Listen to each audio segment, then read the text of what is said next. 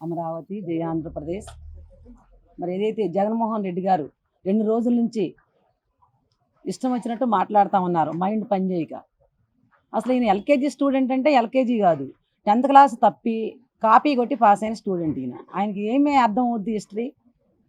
గతంలోనండి మరి 2014లో జగన్మోహన్ రెడ్డి గారు ప్రతిపక్షంలో ఉన్నప్పుడు చంద్రబాబు గారు నువ్వు గ్రౌండ్ వర్క్ చేసుకురా, హోంవర్క్ చేసుకొని రా అని అంటా ఉండేవాళ్ళు. ఎందుకు పదే పదే బాబు గారు ఇలా అంటున్నారు అనుకునేవాళ్ళం. అప్పుడు అర్థమైంది ఈయనకి అసలు ఎందులో పరిజ్ఞానం లేదు అనేది. తల్లిని మర్చిపోయాడు, ఒక చెల్లి లేదు, ఒక బంధుత్వ బంధాలు లేవు. అలాగే తను పుట్టిన నేల, ఈ నేల తల్లిని కూడా మర్చిపోయి చివరికి ఎలా తయారయ్యాడంటే ఒక నది పక్కన రాజధాని, నది మునుగుద్ది అని చెప్తున్నాడు. అసలు ఎక్కడ నది పక్కన రాజధాని లేదు? ఢిల్లీకి యమునా నది ఉంది కదా, వారణాసికి గంగా నది ఉంది, అలాగే కలకత్తాకి హుంగ్లీ నది ఉంది. మరి ఎక్కడ నదులు లేవు? అలాగే ఐర్లాండ్కి డబ్లింగ్ రాజధాని సముద్రంలో ఉంది. మరి అమెరికాకి న్యూయార్క్ రాజధాని నది ఉంది. మన దేశంలోనే కాదు, ప్రపంచంలో కూడా ప్రతి దేశానికి కూడా రాజధానులు నది పక్కన, సముద్రాల పక్కనే ఉన్నాయి. అంత కూడా పరిజ్ఞానం లేకపోతే ఎలాగా? నది లేకుండా ఎలా ఉంటుంది? హైదరాబాద్లో నది లేదు. మరి ఇన్ని సంవత్సరాల నుంచి వాళ్ళు నీళ్ల ఇబ్బందికి ఎంత కొట్టుకుంటున్నారు బిందెలు పెట్టి. మరి మంచినీళ్ళు, గుక్కడి నీళ్ళ కోసం కూడా ఎన్ని ఇబ్బందులు పడ్డారు హైదరాబాద్ నగరాన్ని.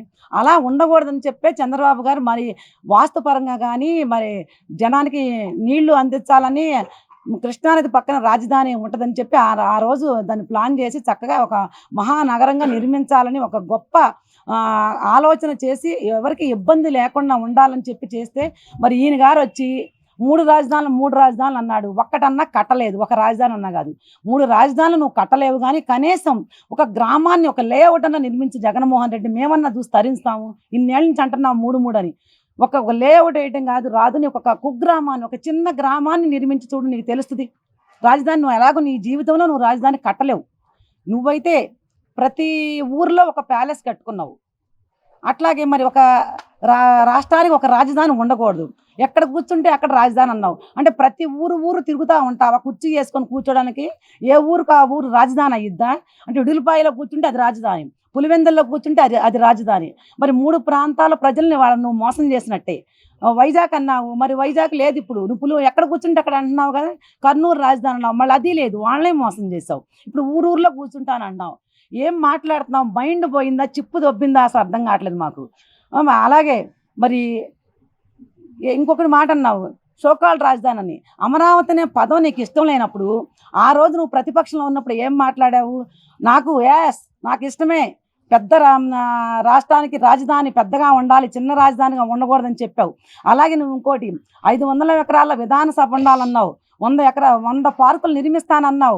మరి ఇన్ఫోసిస్ హబ్ తీసుకొస్తాను, 500 ఎకరాల్లో ఉండాలి, మరి ప్రభుత్వానికి పెట్టుబడులు వస్తాయి, నేను ఆ దిశగా వెళ్తాను.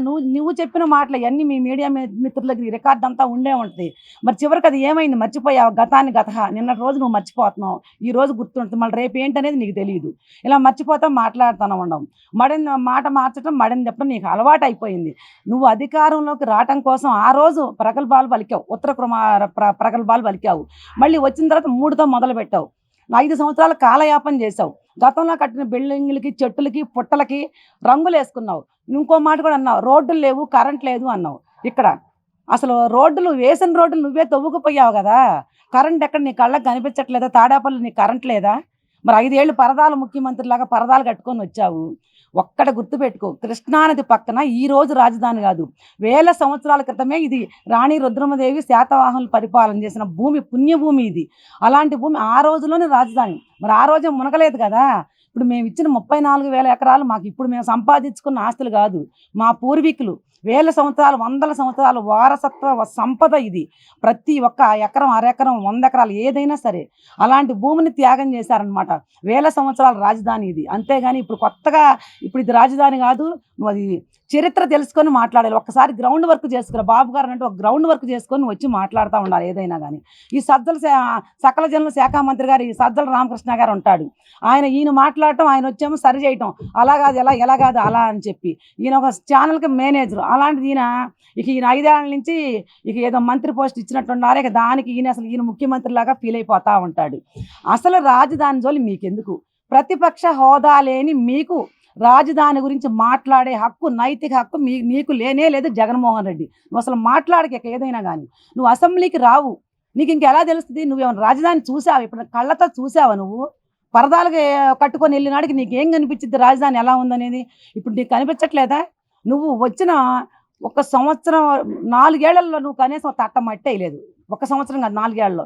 వీళ్ళు వచ్చిన దగ్గర నుంచి, కూటమి ప్రభుత్వం వచ్చిన దగ్గర నుంచి సంవత్సరం కాదు కదా, వాళ్ళు వచ్చిన నెల దగ్గర నుంచే మొదలు పెట్టారు. వర్షాలు పడ్డాయి, వర్షాలప్పుడు ఆపారు, మళ్ళీ మొదలు పెట్టారు. నువ్వు రా, మేము చూపిస్తాం. ఇక్కడ అమరావతిలో 1,00,000 మంది కార్మికులు పనిచేస్తున్నారు. ఇక్కడ ఉన్నాడు కాదు, పక్క రాష్ట్రం నుంచి కార్మికులు వచ్చి ఎంతో మందికి ఈరోజు జీవనోపాధి కల్పిస్తూ ఉంది మరి అమరావతి. నువ్వు లక్షల కోట్లు ఖర్చు అవుతాయి అన్న, అసలు నీకెందుకు లక్షల కోట్లు ఖర్చు అయ్యే సంగతి? నువ్వు ప్యాలెస్ కట్టుకున్నావుగా, ఇల్లు లేదు చంద్రబాబు నాయుడుకి ఇల్లు లేదన్నావు. నువ్వు ఇల్లు కట్టావు, మాకు దానివల్ల మాకేం ఉపయోగం వచ్చింది? ఆయనకి లేకపోవటం వల్ల మాకేమైనా నష్టం వచ్చిందా? నువ్వు ఇల్లు కట్టుకుంటున్నాను నమ్మించావే, నువ్వేం చేశావు? ఇంతమంది అమరావతి మహిళలను జుట్టు పట్టుకొని ఇడిచి ఈరోజు నా కూతుర్ని బూటకాలతో దండిచ్చావు. 10 సంవత్సరాలు ఇంతవరకు పిల్లలు లేకుండా పోయి నరకయాతన అనుభవిస్తుంది. ఈ పాపం నీది కాదా?